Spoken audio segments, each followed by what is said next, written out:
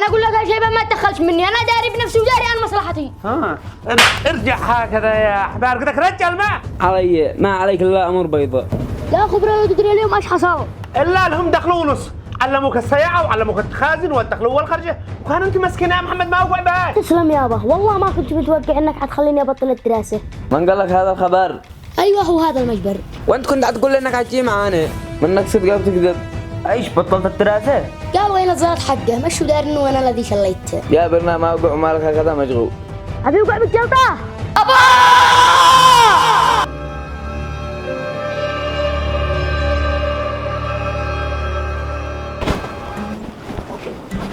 السلام عليكم. وعليكم السلام ورحمه الله.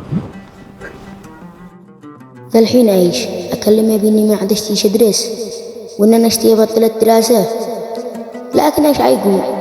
ضروري ان انا اكلمه لان قد انا كاره للدراسه. ايوه يا ابني، كيف انت وكيف الدراسه معاك؟ انا بس لك هذا ليه ما عاد مش مهتم بالدراسه؟ يابا تشتي الصدق، انا ضبحت من الدراسه ما عاد اشتي ادرس، قد انا كاره لها. ايش قلت؟ اللي سمعت يابا ما عاد اشتي ادرس. ليش يا ابني تشي تبطل الدراسه؟ ما عاد ينفعك لا دراستك. اصلا يابا بنتعبان في سنه على الفاضي وندرس ما بنستفيد حاجه، والله ذيك الدرسوا قبلنا ما استفادوا حاجه، بيبيعوا ما في الجوالات. لا يا ابني انت غلطان، انت عارف ان العلم نور، وان عاد لو ضاعت صبر في اليمن، ولو الدنيا مقلفه هذا الايام كل شيء يصبر. هيا انا يابا احنا اول ما جاب راوي، انت الذي كملوا دراستهم ما استفادوا ولا شيء. انت عارف يا ولدي ان هذا الوضع يصبر في اليمن، وخبرتك هؤلاء اللي بطلوا الدراسه اجعوا يندموا في الاخير. افهمني يابا، انا قنعت من الدراسه افعل اي شيء ولا ادرس. انت اخبر بنفسك يا ولدي، افرض اني خليتك تبطل الدراسه، ايش موقفك في النهايه؟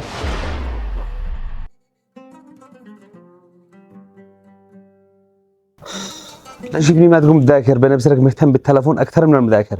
يابا ايش من مذاكره وايش من اهتمام؟ بس قول لي ايش استفاد ولا يا ابني هذه النصيحه لعمرك، كمل دراستك وابصر مستقبلك، في النهايه عاد رجعت تندم. يابا على ايش عاد اندم؟ قصدك ان ما شابطل الدراسه؟ والله ما غير ارتاح من الهم والغم الذي احنا فيه. ما عاد تندمش ده الحين، عاد تندم لما تكبر وانما تبصر اللي خلصوا دراستهم في القمه وانت جالس مبهذل في الشوارع. خلاص يابا انا تعبت، اشتي ابطل وارتاح. اسمع يا ابني، انك عاد تهتم بالدراسه وتجد وتجتهد خير اول ذي، فعاد تنفع نفسك، وانما شيء بطلت الدراسه وانت تخبر بنفسك. ايش يعني يابا؟ اخرج من المدرسه وابطل؟ ايوه انت مهتم بدراستك ولا تشي تدرس. منك صدق بتتكلم يابا؟ ايوه مني صدق، بدل ما اتعب نفسي معاك ومش انت حق دراسه بطل احسن لك.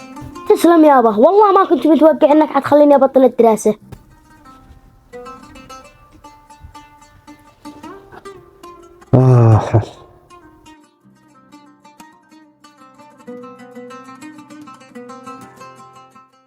لا خبره لو تدري اليوم ايش حصل. خير ايش حصل بعدها مالك هكذا فارح؟ انا اقول لك ليش انا فارح هكذا، لاني اليوم بطلت الدراسه وما حتدخل المدرسه عمري. اماني يعني بطلت دراسه من مره؟ ايوه بطلتها لان ما منها الا الهم والغم.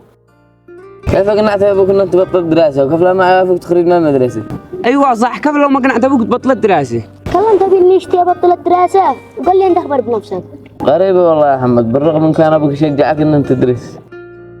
هذاك زمان يا خبره، وبعد انا ما بطلت الا من التعب، بنتعب على الفاضي وما فيش فايده. اي والله ما هذا صدقت، بنتعب وندرس على الفاضي. المهم ده الحين ما دام احنا جمعاه، ما رايكم نخزن ونكيف؟ لكن انا ما بين اخزنش. عادي وانت والله يوم خلينا نخزن ونكيف. ايوه محمد كذب قسمنا اجتمعنا نخزن جمعاه اليوم. لكن يا خبره لو يعرف ابيني بين اخزن لا يكفيني. ما درابك انت تخزن عندنا وتضوي وتبدلهن. بالرغم اني ما بين اخزنش لكن اليوم يلا. هي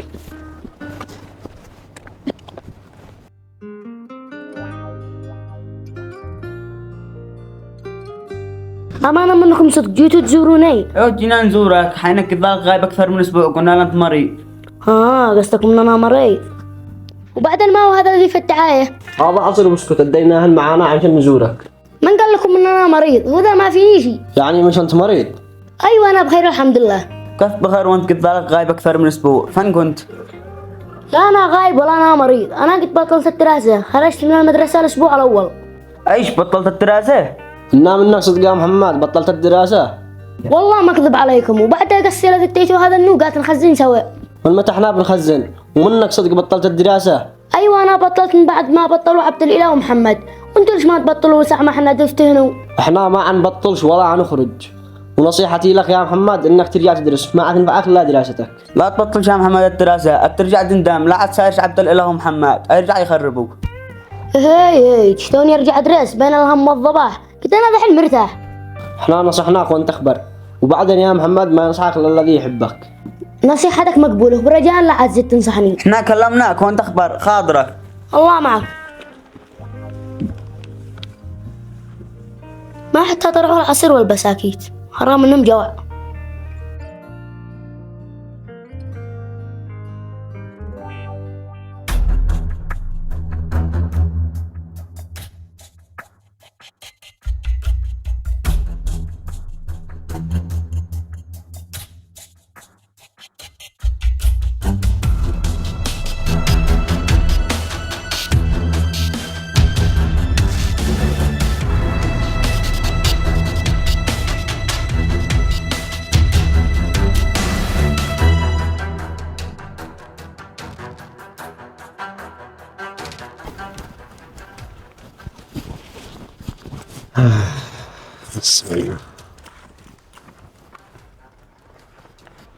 وش الزلط؟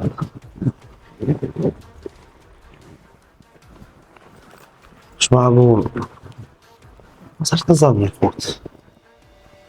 مش معقول انا رجعت الزلط انا ما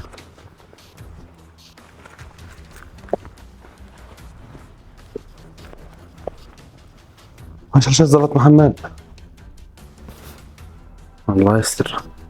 اتصل بالولد هذا الله يهديه.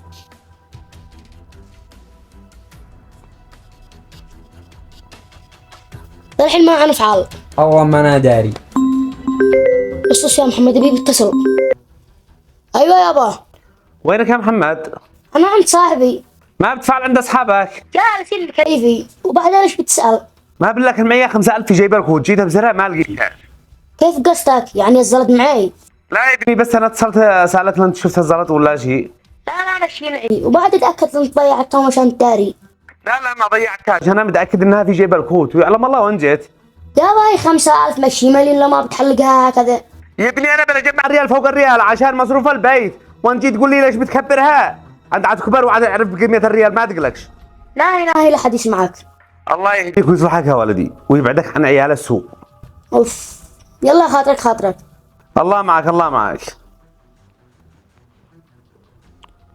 يعلم الله ما وقع بالولد هذا من بعد ما بطل الدراسة وساير أصحابه تغير تصرفاته في البيت غير. بس ما يهمه أنا أروي أبوه ما يقلقش. ما اشتبك منك. قال وين الزلط حقه مشوا دار انه انا الذي شليته. ابوك عادوا على نيته وانت تضحك علي وهو يصدق سري. هو ما لهم شايبات الله هكذا ولا والله ما تقدر تخرج من امي. اي والله لكن دحين اسمعني معي هبشي من بيتنا عن الطرف.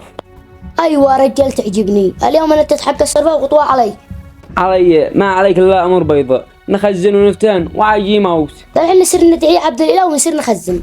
الحين عنسل الله عنده لكن اسمعني خذوا شتي زلط وانتو تفرقوا وكيفني. انا بعدك اهم شيء نفترق زاد ونخزن ونكيف وقد بس انا الحين عنسل الله عند عبد الاله ونجابر من شان هذا الموضوع. ما اقول والله حاجه انا اعرفه. يلا سابر الحين هيا نمشي. هي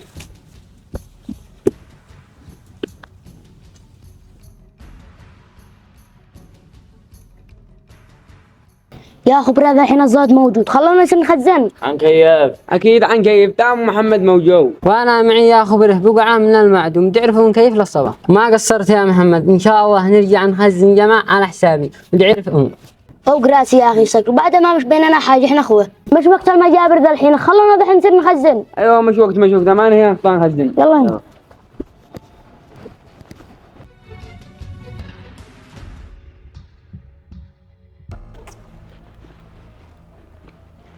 غريبة والله فتشت جوبا بي كامل ولا لقيت ولا ريال. شكلها بيدر انه انا الذي بنشل الزلط عليه. محمد ما تفعل. اباه. ايوه ابوك ما مش 5000 اليوم صح؟ نقلنا المقبل اليوم صح؟ وين عسيب؟ شاز العرس واحد صاحبي يابا. منو هذا صاحبك؟ واحد من الخبراء مش ضروري تعرف. لا ضروري اعرفه واعرف وين بتسير ومن بتساير. اسمع الله قد المحقق كنا في بيتنا ومش انا داري. اسمعني احنا والكلام الفاضي قول لي ان بتصير ماشي قسما بالله ما تخرج. وانا بنا اقول لك مشوا عليك اسير وين ما سرت. بين اقول لك انا عاد تصير ومعامن. فانا اقول لك هالشيء ما تدخلش مني انا داري بنفسي وداري عن مصلحتي. ارجع هكذا يا حبار، قدك رجع الماء ملام، قدك رجع. هو عمل اصحابك وش الالفاظ اللي بتسايرها، علموك التخازين وثمرة الاخر الليل تمام، وفوق هذا بتعصي ابوك وترفع صوتك على ابوك. مش هو عملك، هو عمل الشله الفاسده اللي بتسايرها. ما دخل اصحابي الا لهم دخلوا نص، علموك السياعه وعلموك التخازن والدخل والخرجه، وكان انت مسكين يا محمد ما وقع بهاي.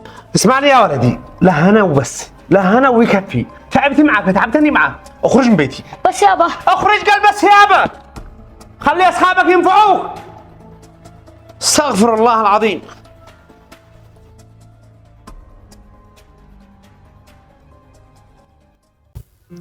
يا مال الضابح، مالك يا ضابح ما نغثه؟ ما بش حاجة يا خبره. كان مال الضابح جابرنا ما وقع ومالك هكذا مشغول. احنا اخوتك كلمنا ولا ما بدو تكشفينا يا محمد؟ يا خبره مشو هذا المجبر. كان ما هو ما وقع. ما بالله شلت من جيبه بيزاد وقد انا خارج يزقمني باب الباب، قال لي وانا عتسيد. ايوه وقلت له معانا عرس صاحبي. وهو ما قال لك؟ قال ما بش خرجه وما عاد اخرج الا لما اقول له معاه من شاسي. وانت كنت تقول انك حتجي معانا. لو يقدر اني اخرج معاكم لا يمنعني من الخرجه. يعني كيف؟ ما هو الخبر؟ الخبر اني يقول شي اخرج غصب عنه، وخرجت وقال لي ما عاد ازيد ترجع البيت. يعني ابوك طردك من البيت؟ ايوه هو هذا المجبر. ذا الحين ما عاد تفعل ما عاد تسوي. ايوه ذا الحين ما عاد تفعل وين عاد تشي؟ واذا انتم موجودين ولا ليش سموكم اصحاب؟ المفروض تفزعوا معي لما يهدأ ابي يومين وارجع عنده. لكن لو تجلس عندي ابي ما يرضى. هيا ما هو قديم من بداية ما عاد تقبلونش حتى يوم عندكم. مشوا هذا المجبر يا محمد. كان ما هو مجبر تحاكي. لا دم يا محمد يجلس عندي الى الحين ما اشتهيت البيت بيتك. اسلم يا اخي والله ما قصرت.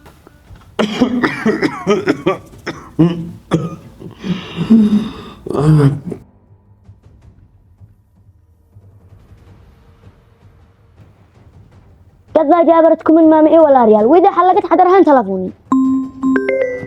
هذا رقم غريب. ايوه ايش بتقول؟ يعني خبر اكيد. يلا يلا سابر يلا. سمعت وش قال؟ ايش قال ومنو هذا؟ قال لو ضحت صبر والذي كملوا دراستهم حيتوظفوا. ايش هذا الكلام؟ منك صدق او تكذب؟ ايوه مني صدق. من قال لك هذا الخبر؟ واحد صاحبي. يعني لو واصلنا دراستنا كنا نستفيد لو ما نكبر. كل عملكم انتم والذي خربتوني وخليتوني ابطل الدراسة، ولا لو كملت الدراسة اني عدبني مستقبلي، لكن ما حد يصدق سعالك ويسايرهم الا انا.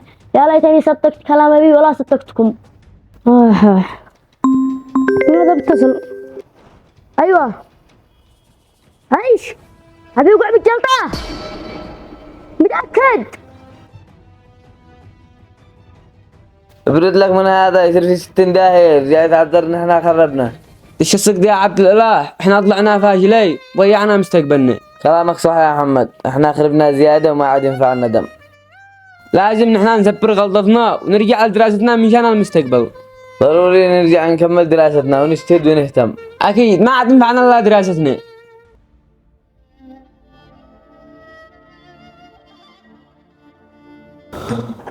يا محمد خيبت ظني فيك، كنت أظن أنك عدبني مستقبلك.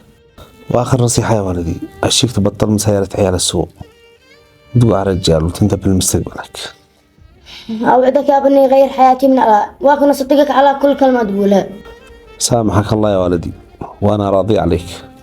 واشي منك حاجة واحدة، تنتبه لمستقبلك وتحافظ على الصلاة وتدعي الله من دعا الله ما خاب.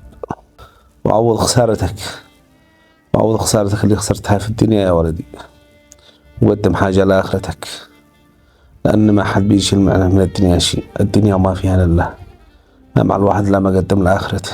أكيد يابا، وش أفتح صفحة جديدة وأبدأ حياة ثانية من الآن. وشي منك تسامحني يابا، لأن أنا ما سويت الشيء الذي أنت كنت تتمناه. أنا مسامح لك يا ولدي، مسامح لك دنيا وآخرة. وشك ترفع راسي بين الناس وتثبت للكل إنك تغيرت. وشي منك حاجة واحدة، تسمع نصيحتي وتنفذها، وتحافظ على دينك وصلاتك وتراجع نفسك، انتبه على نفسك. الله يصلحك يا ولدي ويهديك. آمين يا رب.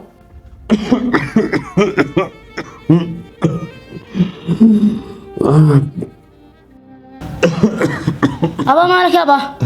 أبا أشهد أن لا إله إلا الله وأن محمد رسول الله. أبا مالك يا محمد؟ أنا قلت تخيل بس مش تعيش هالقصة الصدق. دحين فهمت بني. ايوه يابا كلامك صدق، انت صحيتني من غفله، وانا يابا قررت اني ما عاد ابطلش الدراسه، واني شايف اصل دراستي واهتم في دراستي وابني مستقبلي. أيوة هكذا يا ابني، رفعت راس أبوك ابني مستقبلك وعلى رجال. واتعلم من نفسي وابني مستقبلي وارفع راسك يابا. أنا أشتك هكذا يا ابني وافتخر فيك وترفع راسي بين الناس، وإن شاء الله لو ضعت صبر يا ولدي وعيصبر كل شيء. ابشر يابا، وان شاء الله اني ما خيب ظنك. ومهما كان ابني العلم نور، لا تخيب ظني فيك. وانا يابا دحين عاد اقوم اذاكر واكمل واجباتي. الله يهديك ويصلحك يا ولد، الله يوفقك. الله يفتح عليك.